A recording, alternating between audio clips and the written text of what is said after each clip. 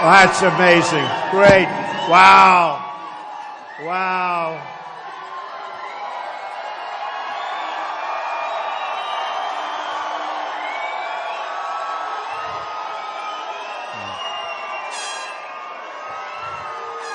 Beautiful. Thank you. Thank you. Man, this is something special. You know, I said to all of my managers, I just want to do it here. I said, you may not be able to get the cars here. I don't care. The place is 100% full. And I know a lot of you had to walk a long distance. To have you here is great. Thank you. Thank you. Unbelievable. You know, thank you. I want to start by thanking the fire department. They have a lot of people in here, I have to tell you. And I want to really thank the fire department and the police. And they're here someplace. Hey, fellas, come up here. Come up. Come up here. Come here. Get up here. These guys have been so incredible today with the traffic and everything. And I just want to thank our police department. They have been absolutely incredible. Look at these guys. Look at these guys.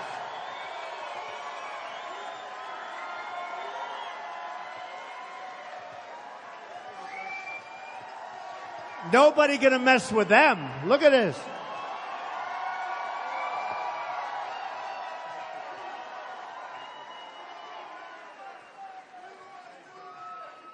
Thank you very much, fellas. They don't want to leave the stage. They'll never leave. And the fire department, likewise, they've been incredible. So thank you very much. You know, what a crowd. Is there nothing like Miami? Nothing. Nothing. Nothing like Miami. Incredible. So, when I was a little boy, my father always loved Doral. Always. And he said, come on, son. And he didn't play golf. He was a worker. He didn't want to play golf. He didn't have time to play golf.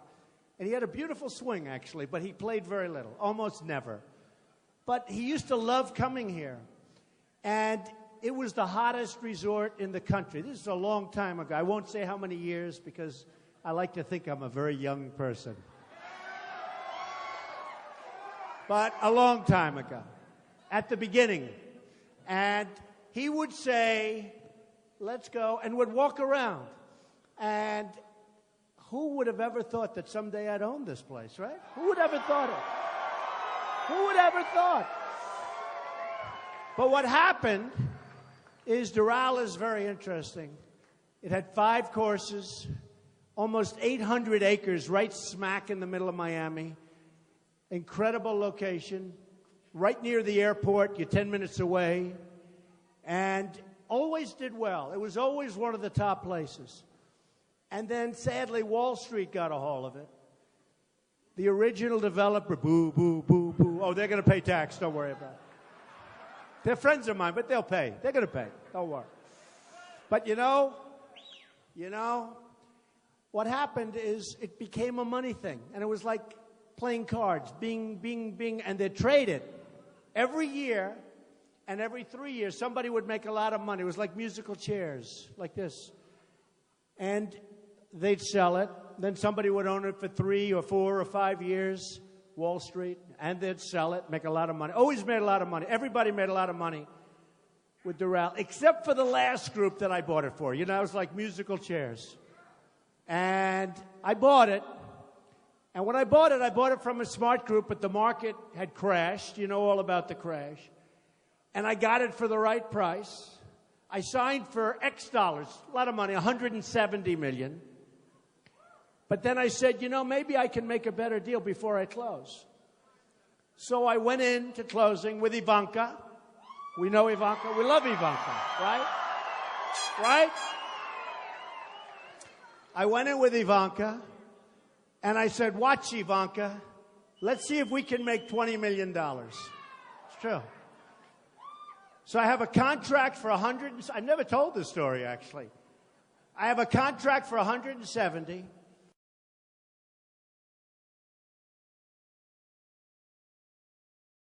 Wore suspenders without the jacket, right? You know, the jackets were behind the seat. They were all like Tom Cruise. You couldn't get better central casting. In fact, all of that media, look at that media back there. Look at these people. Wow. No, they're all right. I'm going to tell you some media stories in a little. So, no, but they're central casting, the red suspenders, handsome, beautiful, smart, top schools. They would go to Harvard, they go to Wharton, they go to Stanford. And I said, I want to show off to my daughter. Does that make sense? You know, I have this great daughter. So I go in, and she said, Dad, they're not going to cut. You have a contract for 170. I said, well, that's right. So does Iran have a contract. That doesn't mean we can't make it much better, you know, right? So what happens, I tell these guys, there's no way I'm paying $170 million. I'm not doing it. I'm not doing it. They said, you have to pay it. You have to pay it. Beautiful guys. You have to pay it. You really have to. And I said, there's no way. That's all right.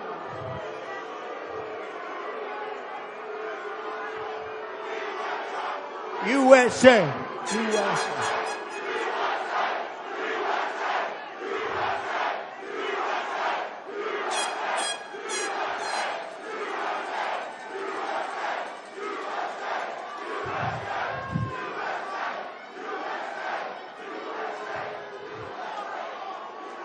Don't hurt him. Don't hurt him. Don't hurt him.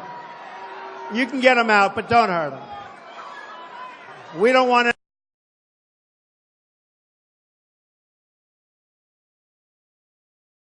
You know that. You know that.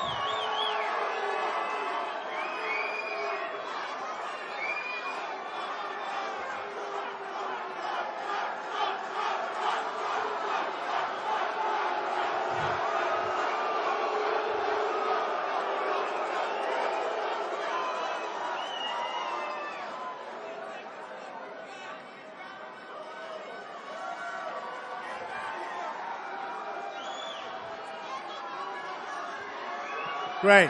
Great life. It's a great life. It's a great life. That's all right. That's what the country's all about. I mean, we got to be able to speak, and every once in a while be a little bit disrupted, but it doesn't take long.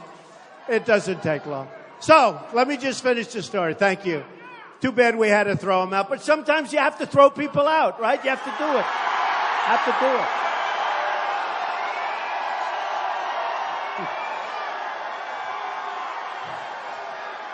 Look at that sign.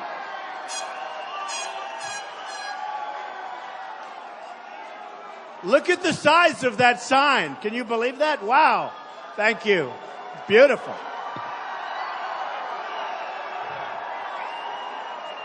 I think I'll tell my people, let's bring that home. And by the way, we have plenty of time tonight. I'm here all night. You know, tomorrow night, we're in Jacksonville, Florida. We have at least 15,000 people, probably 20,000 people tomorrow night. So it's going to be great. Because there's things happening. So anyway, let me tell you, because it has to do with the country. So I go into the room, I say, fellas, the contract is not right. This place is in much worse shape than you told me. I've gone all over. You have to have it signed first before you can do this. I've gone all over. And it's not fair. What you're selling me, you shouldn't be selling. I'm not closing this deal. I'll give you 100.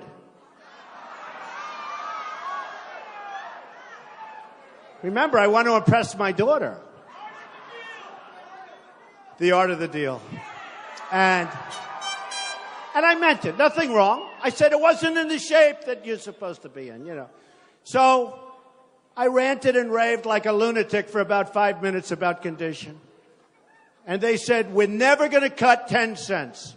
Within about 2 minutes, they said, would you take $20 million off? They said, would you agree to $20 million, Mr. Trump? I said, no way, you got to do it less. So within about 4 minutes, I saved $25 million. I cut the price. Could you believe it? No, can you believe? And they said, and I'm only telling this story because we should be doing the same thing for our country, right? Right?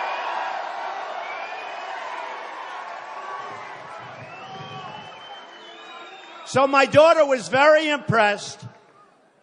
And I mean, the whole thing took less than 5 minutes. And the actual number after tax, I actually saved $20 million. And I just said, Ivanka, we just bought the furniture. That's very nice, right? So then I had a decision to make. We have this great place. I had a decision. Legendary place. And the decision was, do we fix it? Do we fix it?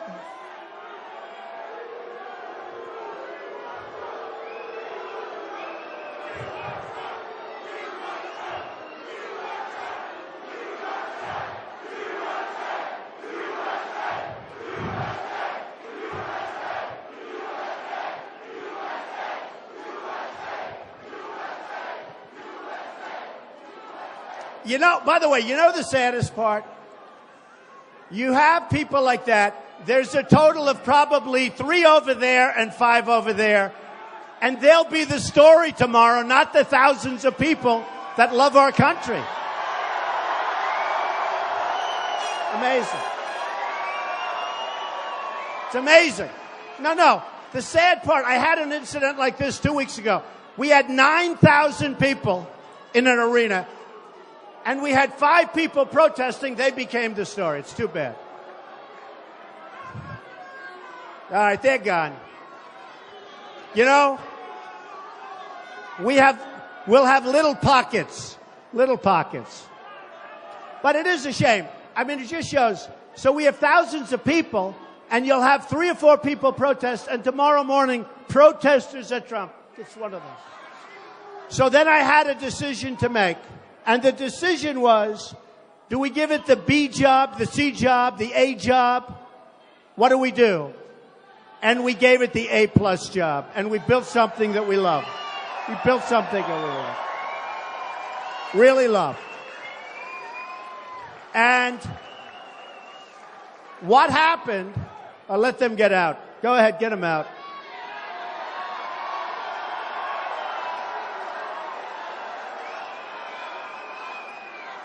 See, the first group, I was nice. Oh, take your time.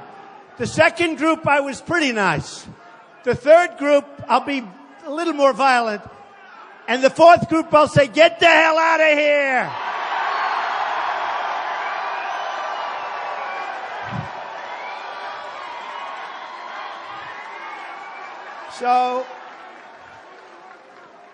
So I had to make a decision. What do we do with Doral? Do we give it the really best job and basically rip it down and build a new magnificent place? Because it was really old, really tired. The bones were tired, the whole place. You people know, a lot of you are from the area. And I said, we got to do it right. We got to do it right. And we basically, as you know, new clubhouses, this room new.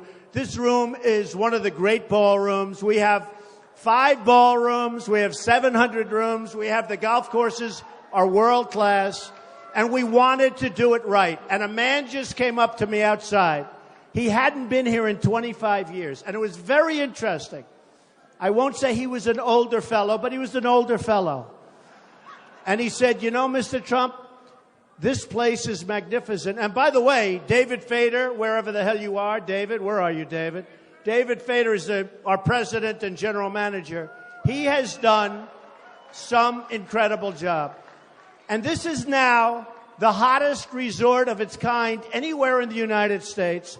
It's bringing tremendous business to the Miami area and the Doral area. And it's become the hottest place. So it's really good. In fact, the PGA Tour just gave us a 10-year extension on the tournament, which they never do. So that's how good it is. They never do that. So it's become a really, really successful place. But this gentleman came up to me, and he said, and it was so simple, and yet it was so beautiful. He said, Mr. Trump, I haven't been back here in 25 years. It was in very, very bad shape. I actually bought it out of bankruptcies from some people that I know very well that are killers, but they didn't really know what they were doing in this case.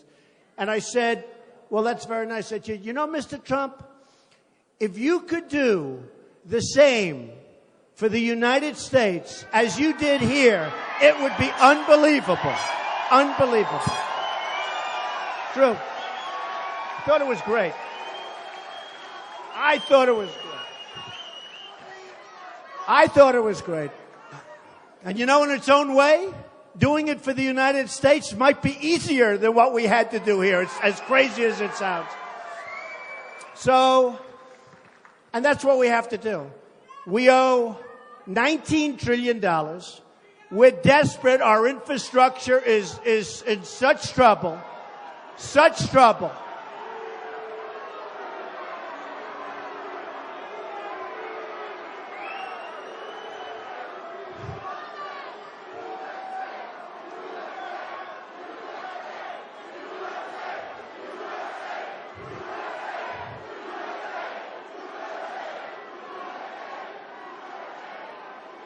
Hey, isn't this more fun than having like a normal deal, right? Right?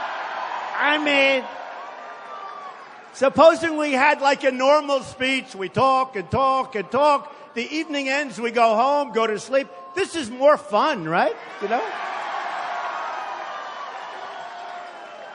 You know, they used to call it the silent majority, but they don't use that anymore because, frankly, it's no longer silent because we're not going to take this crap anymore. We're not going to take it anymore. We are not going to take it anymore.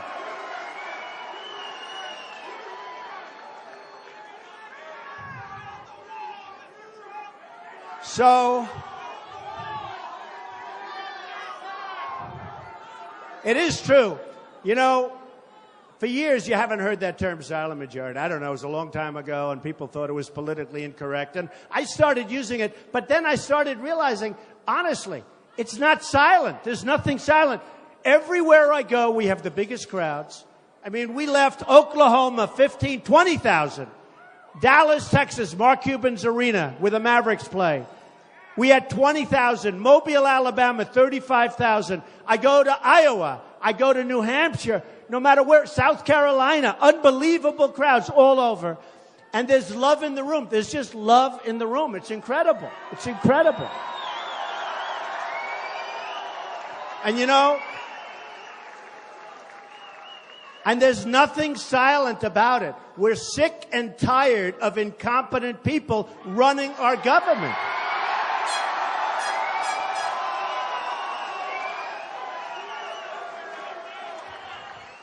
So I did something today that was quite exciting, although I think actually owning Doral is more exciting, but that's okay. But I did something today that was interesting, and it got a lot of press. I see it's got a lot of press. They have these things called super PACs. Nobody knows what the hell they are, what they mean. It's the dumbest thing I've ever seen. And all of the candidates have super PACs. And they're controlled to a large extent by investors. They're controlled by lobbyists, special interests, countries. You know, when you wonder why our politicians make such bad deals with foreign countries and with other deals, it's because they're totally controlled by people that benefit even if our country doesn't benefit. It's true. It's true. And the super PACs are a disaster. You have Jeb Bush. Did anybody ever hear of Jeb Bush? Jeb.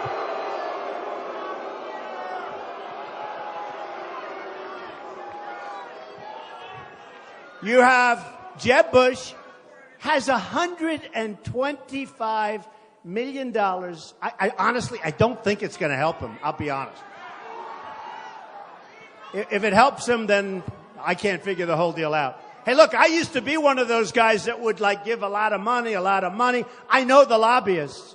And you know, when they come up to me and say, we want to give you money, when you go to number one, everybody wants to give you money. It's incredible. But they don't care so much about anything other than the companies they represent. They don't care so much, and some do, but most don't. They want influence. They want power. They want to take these people like little puppets, and they want to say, you do as I told you because I gave you $5 million and you better do it. Well, nobody's giving me anything, okay? Anything. Nothing.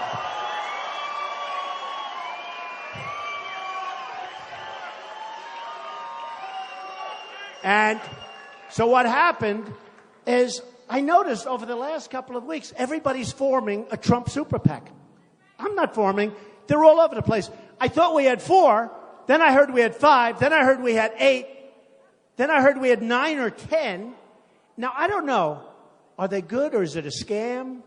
Because, you know, some of them, seriously, some of them I assume are like legitimate people. They love Trump. They want to do things. They'll go and do whatever they're supposed to do.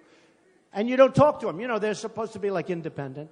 And others, I would imagine they probably pay themselves salaries, and who the hell knows what happens with all the money. So we did something today. That was all I know is I haven't gotten any of this money. None of it. I feel guilty about that. I feel a little foolish, actually. And we wrote notices and notifications, sent them all to the government, to the people, to everybody, that we don't want super PACs, that we don't want anything to do with them, to close them up ideally, hopefully to give the money back, whatever money's raised. I mean, I saw the other day in one of the programs, 2 young, nice-looking guys, big fans of Trump, I think, and they opened an Art of the Deal. I think it's called the Art of the Deal Super PAC, after my book, right? And by the way, we're having a new book come out on November 3rd. I think it's going to be great. I think it's going to be great. But the Art of the Deal Super PAC. And they look very good. And they talked about we love Trump, where they're going to do this. And, you know, probably it's true. I don't want to take any I don't want it. I don't want any help. I don't want... The one thing we do, people send in small donations, like small ones. For a woman, $7.50 with about a 4-page letter. Another woman, $50, $30, $90, $250. But that I love because, number one, you can't send it back. How do you send a letter back to a woman who loves the country, who's giving a lot of money? That's like giving $1 million to a rich person. How do you send the $7.50 back? You can't. You can't. There's no letter you can write. It's true. There's no letter that you can write to that woman to say, we don't want your money, okay? So that's the only stuff. And we take it, and it comes in, and that's the only stuff we want. But we don't want any of the, you know, the big money. We don't want any big money. And so today, I did something, started getting big press, actually, this evening, because nobody's ever done it.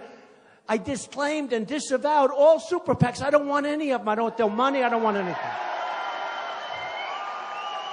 And I said very strongly when we wrote the letter, and I told my attorneys and everybody, that I think every candidate running right now for the presidency should disavow their super PACs.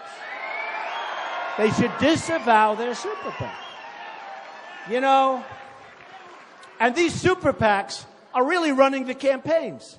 They're running the campaigns. For instance, I hear in Iowa that there's going to be a merger of Ben Carson, and I like him. He's a nice guy. They're going to merge the super PACs. He's got 2 of them. And they're going to run, and they've been running his campaign, and he doesn't hardly have to go there. And I'm saying, what am I? Why? I'm not allowed to do anything? It's really unfair. But I think they shouldn't be allowed to do that. I don't know if they're allowed to do that. But how do you have super PACs running campaigns? Now, and then when you think of it, so you have these super PACs with millions and millions of dollars, and they're running a campaign. Do you think those people that are running those super PACs, and those people that are giving tremendous money to the super PACs, do you think they control those candidates 100%? The answer is yes. Yes.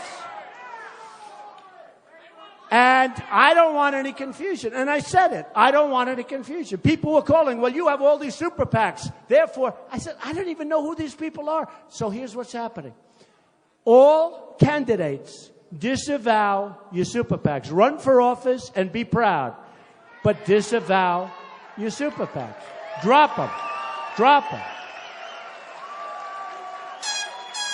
And ideally, give the money back to the people that put it up there. That's what you should do. So we'll see what happens. We'll see what happens. But to me, it's very important. This super PAC thing is a terrible thing that's happening in this country. It's a terrible, terrible thing.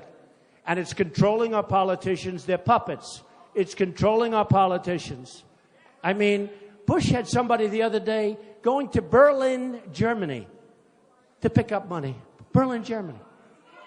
What do you think Germany gets out of that one? Okay?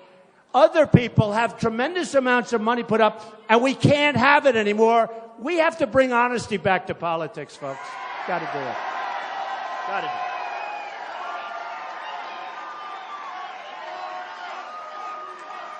So,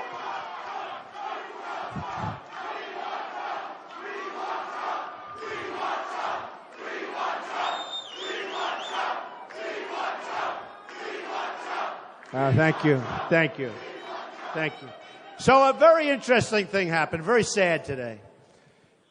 Very, very sad. Because you know the press is very dishonest, right? We know. Not all of them. Not all of them. But we have them all back there. Look at those cameras. Look at those suckers. Boy, they are all covering. They are all covering. They are covering Trump, and they're covering you. And they'll all be with us tomorrow night in Jacksonville. And by the way, if you can, it's going to be wild. Come back up. It's going to be it's going to be wild. So, a crazy thing happened.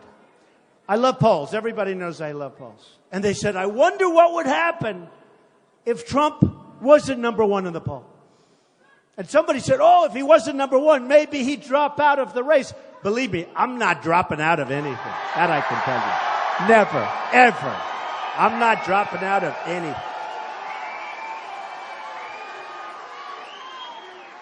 So, poll came out, big one, ABC Washington Post, that has me killing everybody. It's a national poll. That was on Friday. We're killing 32. Think of it. 32. You notice every week I started at 3. First, well, that was slightly before I ran, but because nobody thought I was going to run. Nobody thought I was going to run. You know, they all said, he's never going to run. If he runs, it doesn't matter. What does he know about politics, right? I've only dealt in politics all my life, that's all. But, so it started at 3, it went to 8, went to 12, went to 16, went to... Now, as of Friday, nationally, 32, and then another one came out. Another one came out last week, Reuters. Listen to this one. 33 to 15. 15. 15 is Ben Carson. He's in second place. But they kept saying, oh, if Trump ever loses, because you know what? I mean, I'm getting spoiled. From the time I ran and from the time I went up, when I was at 12, they said, all right, he's peaked. He's peaked. You know, you're hearing the same crap, right? Then it goes to 16, 17 the next week. Well, that's his plateau. He's plateaued. The word plateau, they love that word. So he's plateaued. Then the next week it went to 21. Well, that's it. That's it. By the way, 21's not bad when you have 17 people, right? 21. You know, if I'm a card player, I will rest on 21 with 17 people. I'm not losing. So I was number 1 at 21. Then it went to 25. Oh, this is it. You know, these talking heads. These are among the dumbest human beings I've ever seen. That's true. Some of them are great. And some of them are coming along. I mean, some of them were so terrible and so nasty, and now they're coming along. They're becoming like, I don't know about fans, but they're saying, a poll just came out, we're 81% to win. I mean, can you believe it? I didn't know that. 81%. Who would have thought this? Rasmussen. The Rasmussen, I'm walking up here, and one of my people stopped me. I said, excuse me, I got to make a speech. Oh, no, I'd like to talk to you. I said, what do you want to talk about? They're introducing me. And Rasmussen just said, nationally, I'm beating Hillary. Just came out. Just came out. Hey, what's the beat?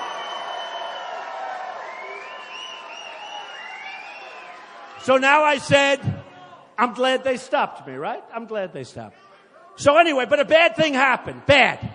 So look, I mean, I just wrote down a few of them, and then I'll tell you what was bad. So I'm winning New Hampshire by like 22 points. New Hampshire, unbelievable, great. I'm winning New Jersey by a lot. A lot. And Chris Christie's a friend of mine. But I'm at 29, he's at 5. That's a lot. That's a big difference. I'm winning Florida. I'm beating Bush and Rubio. Right? Right?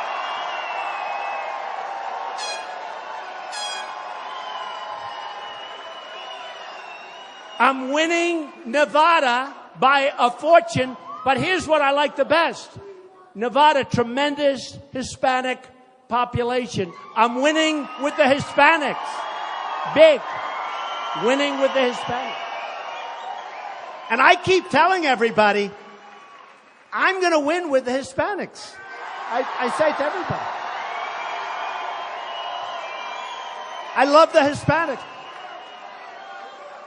I have thousands of Hispanics.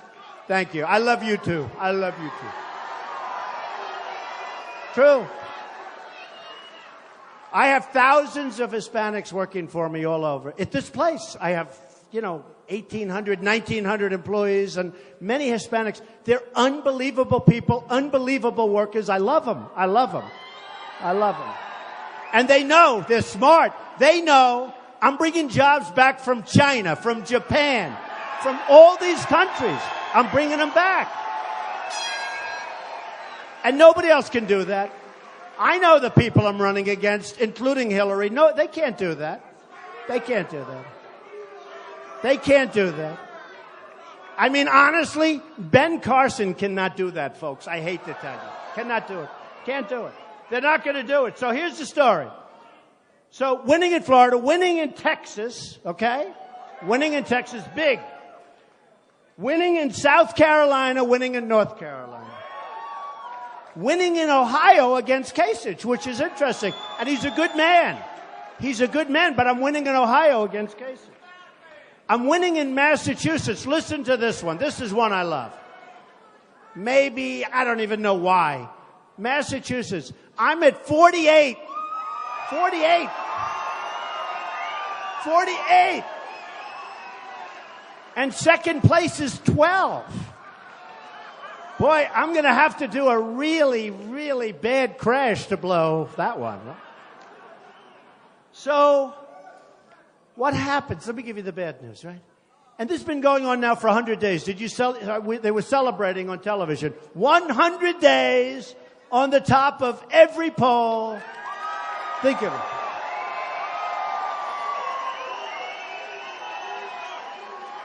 100 days on the top of every single poll, national and state. Okay, that's the good news, right? Let me give you the bad news. The press was so happy. The press. I love Iowa, and I honestly think those polls are wrong.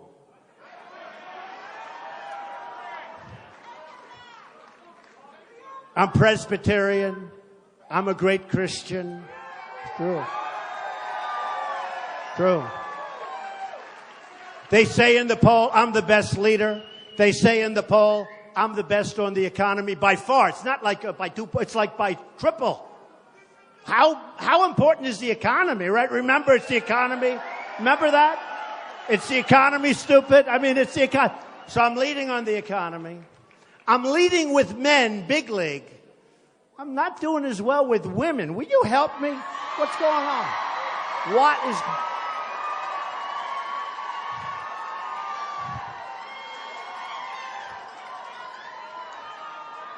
Which I don't... Look, nobody respects women more than me. Greatest person ever was my mother, believe me. The greatest. Nobody's going to be better or do more for women than Donald Trump. That I can tell you. That I can tell you. And I think they know it. I'd rather do well with women than with men. With men, I'm doing great. I'm killing everybody. With women, not terrible, but I could do better. So what happens is the poll comes out, right? And the press was so happy. Headline. Now, just so you understand, if I were in first place, it wouldn't even be discussed. Nobody would mention it. But here it is all day long. Oh, my head. I turn on the television. Headline. Bigger than Hillary's talk yesterday on Benghazi.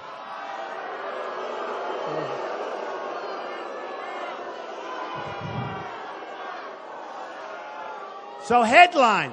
Here's the headline. Headline. The biggest story. You see it. Am I right? Trump falls to second place in Iowa. I said, no way. The press was going crazy. They loved it. They were so happy. I won't mention the names, but you know some of them. You know some of them. We have a breaking story. Donald Trump has fallen to second place behind Ben Carson.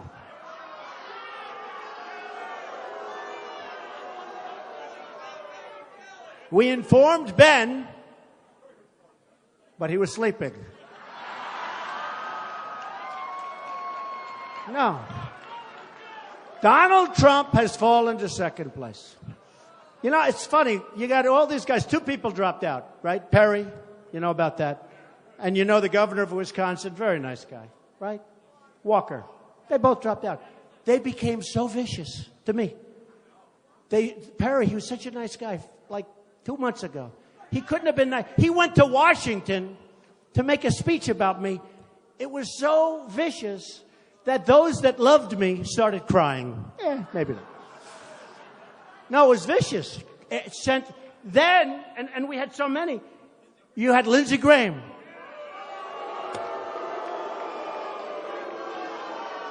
I don't even know the guy. The only time I know him is when he calls me constantly asking for campaign contributions. It's true. He became so vicious and violent. I mean, and every time they get more and more vicious and violent, they go down, down, down. In fact, Lindsey Graham was at 5, and he hit me as hard as you can be hit. He said, I don't know anything about the military. What do I know about foreign affairs? Except one thing. I wrote a book in 2000, right? And Joe Scarborough yesterday covered it. I wrote a book in 2000 before the World Trade Center came down. And I said that there's going to be a big attack in this country. And I said, probably by somebody named, he said, it's going to be much worse. You remember the first attack, which was a horrible attack, but it was a small attack by comparison, obviously, to the second one, which was horrendous. The worst attack in the history of our country, worse than Pearl Harbor. At least with Pearl Harbor, they were attacking the military. They weren't attacking innocent civilians, of which many thousands died and are still living in pain and suffering. Not to mention the fire departments, the police departments, and all the guys that had to breathe that air for long periods of time. So, thank you. So I have it in the book. Watch Osama bin Laden. And Scarborough goes, whoa, when was that book written? Before the World Trade Center. Whoa. And he's a good guy. He was like, he couldn't believe it. And I don't get any credit. They don't give me any credit for it. And then I have Jeb Bush saying, what does Donald Trump know about the military? Or about... I'm like a smart guy. You know, I'm really smart. But it's amazing. People are talking about it. They should talk about it more, because if you read the book, it says Osama bin Laden, the guy. And the reason was he was a terrorist that was getting a lot of notoriety. He made very vicious statements toward our country. And I said, you better watch that guy. And what happened? I think it was 19 months after that, he came back and knocked down and attacked viciously with the lives of the World Trade Center. So in the debate, which every poll said I won, by the way, but these are minor details. Forget it. The second debate and the first debate.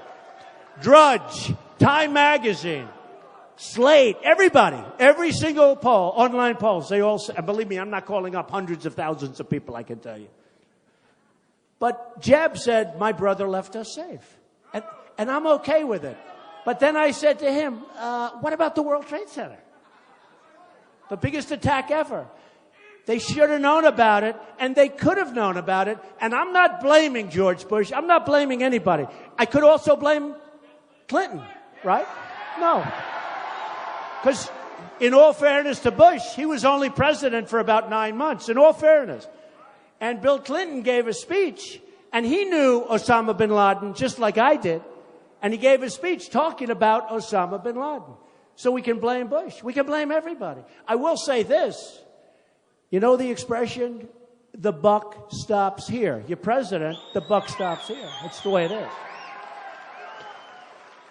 And it's one of the reasons that I say, and I mean this so strongly, we owe a lot of money, 19 trillion, I told you.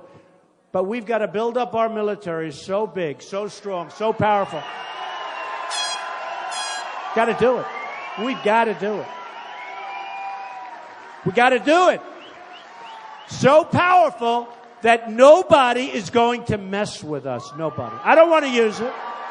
I don't want to use it. Nobody is going to mess. You know, we're working on an airplane right now. I don't know if you've been reading about it. Billions and billions of dollars for one plane. And the test pilots, did you read this story? I love the test pilots. These are great guys. These are seriously good flyers. Do we agree? And they came out of the plane, billions of dollars, and they say, this thing doesn't hold a candle to the old one that we used to fly. It doesn't maneuver as well, doesn't work. We're talking billions and billions. What are we doing, folks? What are we doing? What are we doing? What are we doing? So we need a special leader. We need a special leader.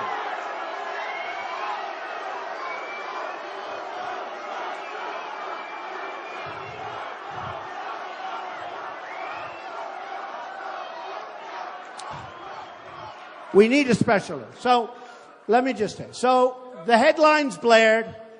I don't believe those polls, by the way, because both of those pollsters do not like me. I'm telling you. Now, I'm not saying anything that goes on illicitly with polling, okay? I would never, ever say that.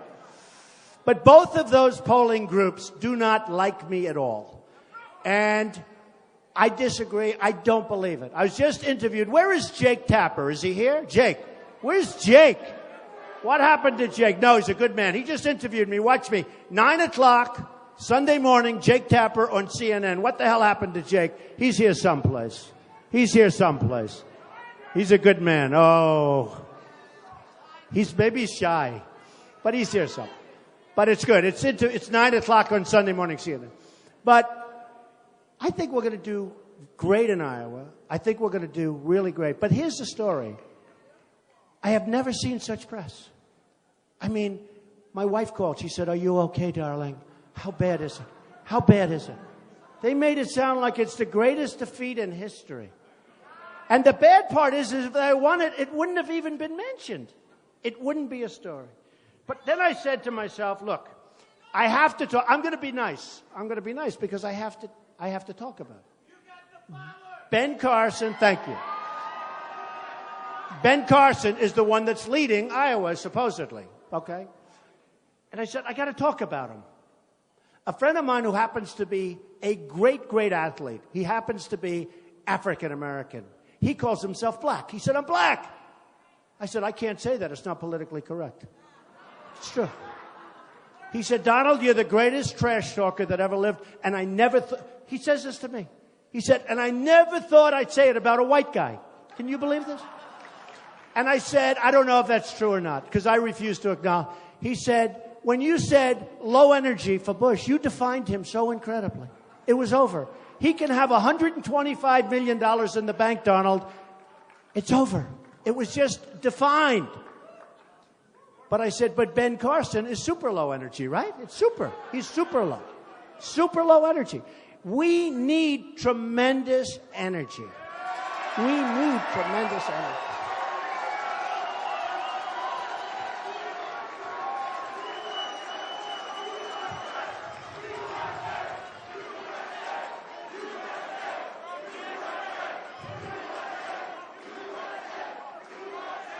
We need energy. So, Hillary Clinton the other day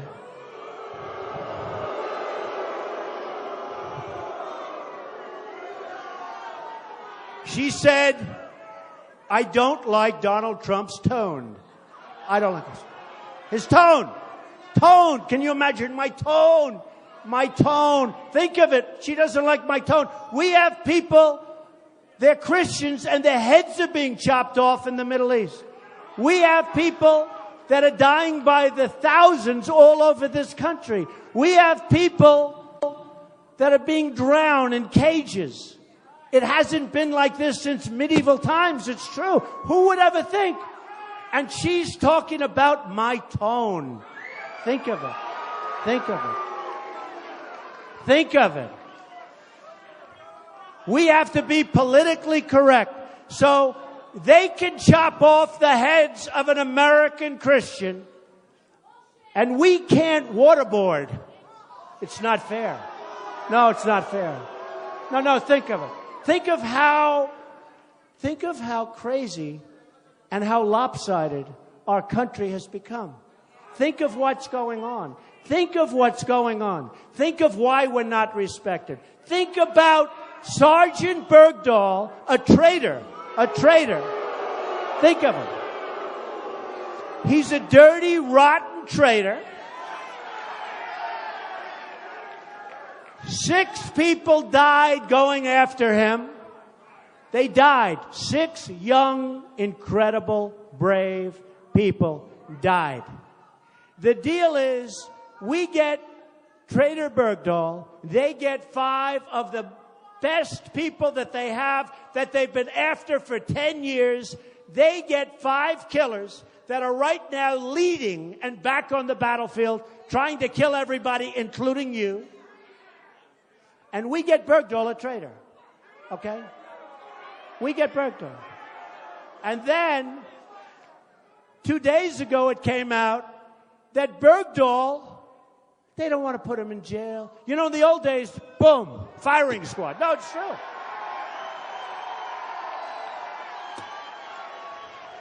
I love the Second Amendment. I love the Second Amendment.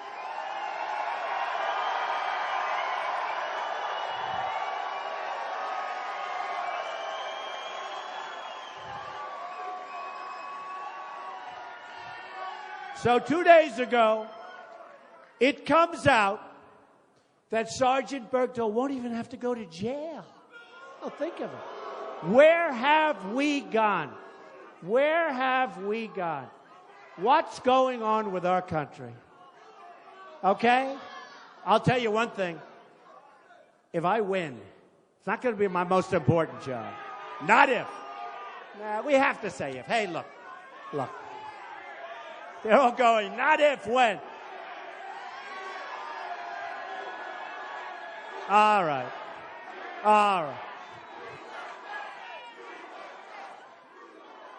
Okay, I have a, you know what? The word should be if, but you know what? They're going crazy up here. They're saying when.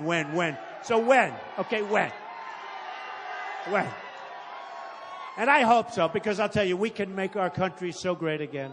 Can make it so great again. But I promise you, we will be reopening that Bergdahl disaster. We will be reopening it. It's going to be a lot of things are going to be reopened. There are a lot of things going to be reopened. You're going to have a lot of things reopened. So I went to my people, and just like Doral, I got it for $170. Everyone thinks it's done. I say, let's make it $150. They say, how can you do that? You signed a contract. I did, but the place, just like that, we have deals with China that are done. Somebody said, well, they're signed.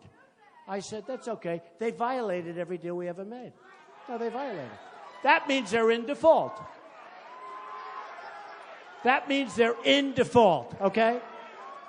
So I said to my people 2 weeks ago, I said, go back and tell me what is our trade imbalance with, I picked 3 countries, China, Japan, and Mexico. I just want to find out. I'm just curious. So Mexico, and I love Mexico, and I love the Mexican people, but their leaders are too smart for our leaders. Our leaders are so stupid. They're so stupid. So with Mexico, we lose about $45 billion a year. Would you say that's a lot? But that's okay, because that's peanuts compared. Wait till you hear. Japan, we have an imbalance of $70 billion a year. $70 billion. $70 billion. It's most people don't even know what that is. What does it mean? The number is so massive, it's not even recoverable. But I can recover, believe me. But here's the beauty. And I love China. They buy my apartments. They give me $25 million. I do them like hotcakes. But China is the most unfair because, well, Japan's right there. You know, Japan sells those. They just devalued the hell out of their currency. You saw that, Japan. But China gave the biggest, greatest devaluation in the last 2 decades, meaning 20 years. The biggest devaluation. So I said, what's the trade imbalance? They told me Mexico first. I said, wow, that's a lot of money. Then they said Japan. I said, wow, that's even more money. I said, give it to me with China. Almost $400 billion a year we lose. How stupid are we? We should be ashamed of ourselves. How stupid are we? And I don't blame China. I don't blame them at all. I have friends from China. They used to come up and see me and say, oh, Donald, we can't believe that we get away with this. It's unbelievable, your people. They are incompetent. Then I said, I'm running for president. They called me, no, we were only kidding. You're actually it's amazing.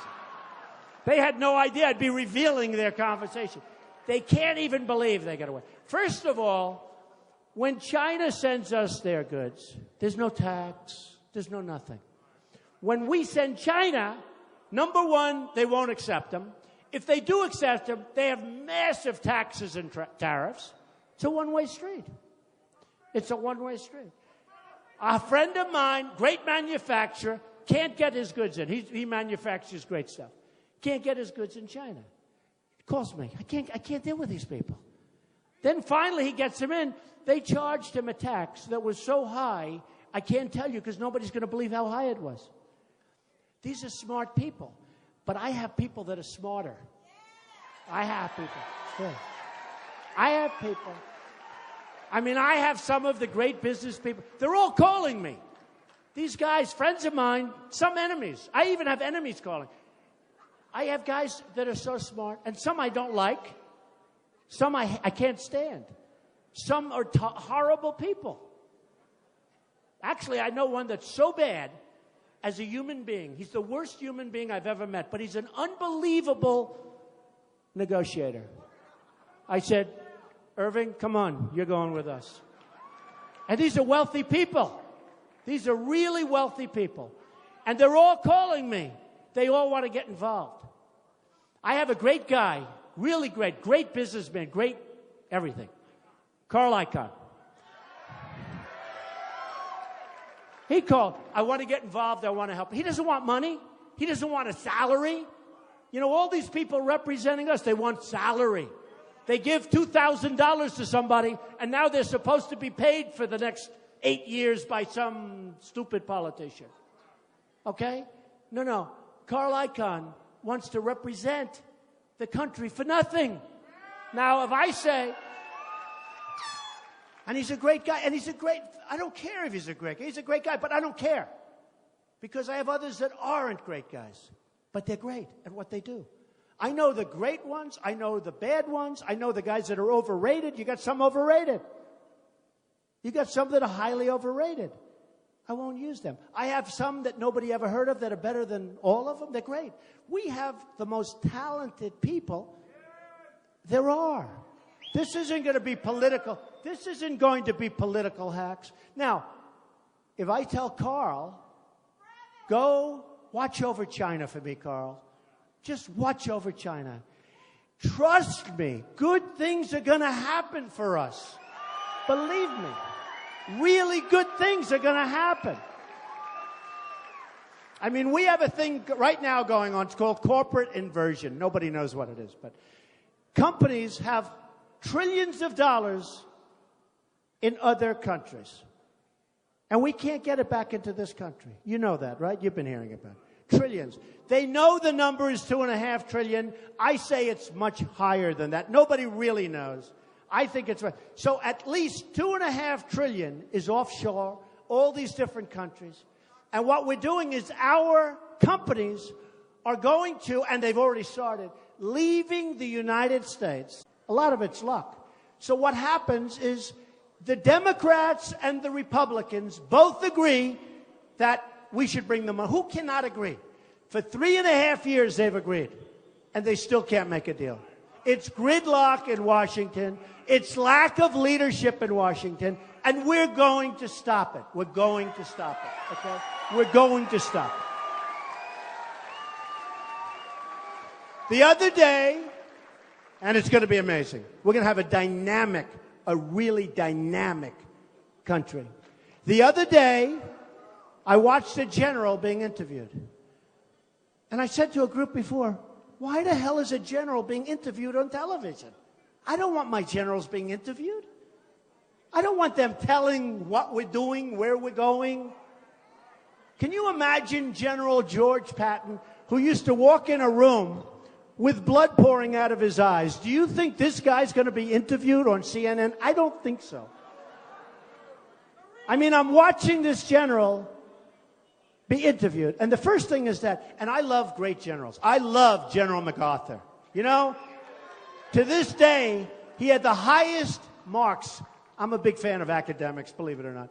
But he had the highest marks in the history of West Point. Highest average. That's a, smart guy. In fact, his biggest problem is he hated to listen to Dwight Eisenhower because Dwight, who was a great guy, but he was at the lower part of his class. And MacArthur was the smartest guy probably ever at West Point, at least according to academics. And he couldn't believe that he had to take orders from Ike. I mean, there's so many interesting stories. But could you imagine General Douglas MacArthur being on television saying the following? The question was by a very good man asking the questions, said, what do you think of ISIS? Can we win? And the general looked at him and said, oh, it's going to be very tough. It's going to be very, very tough. I don't know. It's going to take a very, very long time. And I looked at this guy and I said, number one, he's a weak person. I'm very good. Deals aren't deals. Deals are people. When you do deals, it's people, not deals. Everybody always says deals are people. Remember it. I tell kids, deals are not deals. Deals are people. But I looked at this general. I said, I don't want him. I don't want him. I will find the smartest, and smart is very important, toughest. We got rid of a very smart one. I'm not going to mention names. But we got rid of a guy, remember? Because he was using foul language to a magazine.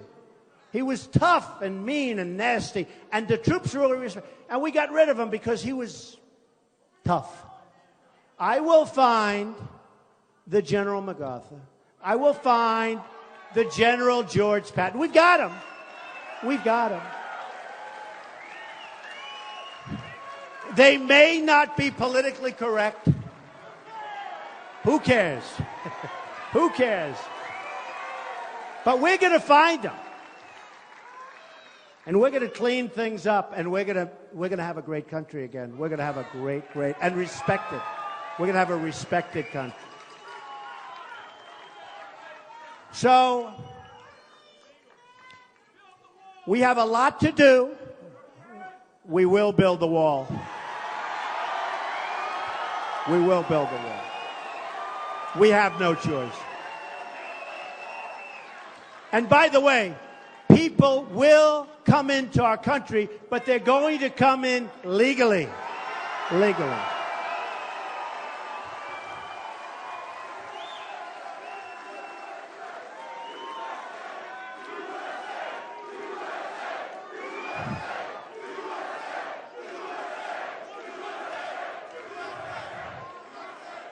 I appreciate whoever the hell yelled out, will you build a wall? Because to be honest, in this group, I wasn't so sure I should be talking about walls. Does that make sense? See, tomorrow in Jacksonville, I can talk about walls, believe me. But in this one, I was a little hesitant to talk about it. Thank you. Thank you.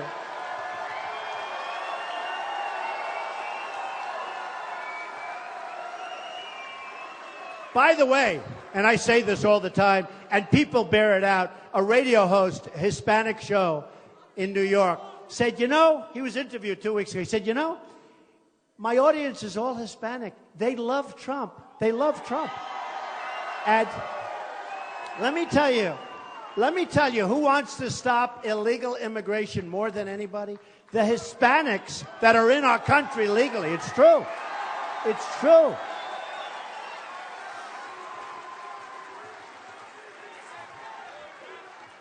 So, just to finish up, our country doesn't win anymore. You know that, right? Am I right? We don't win. When was the last time we had victory? We lose with China on trade. We lose with ISIS. We lose with Iraq. We don't know what we're doing. Iran just made the single greatest contract I have ever seen anybody make. We were represented by a man that should be ashamed of himself.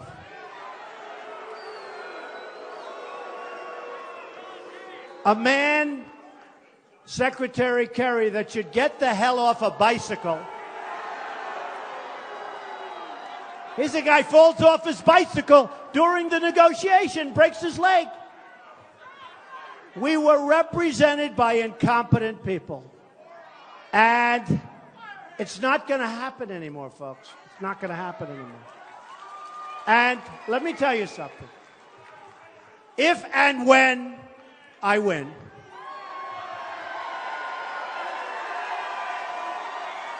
I'm not...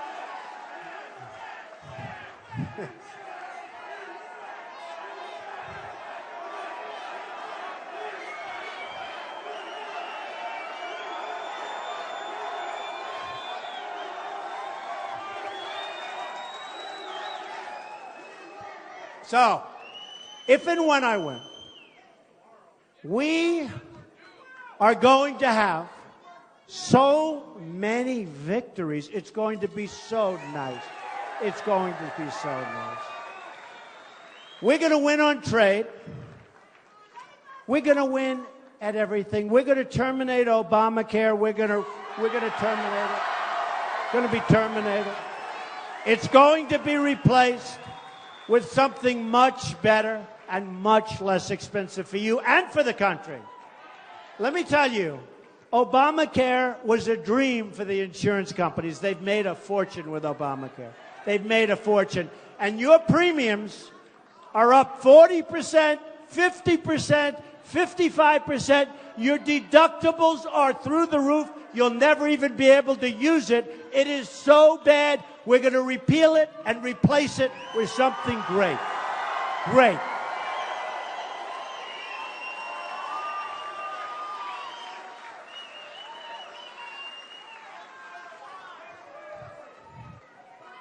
We are going to bring back the American dream.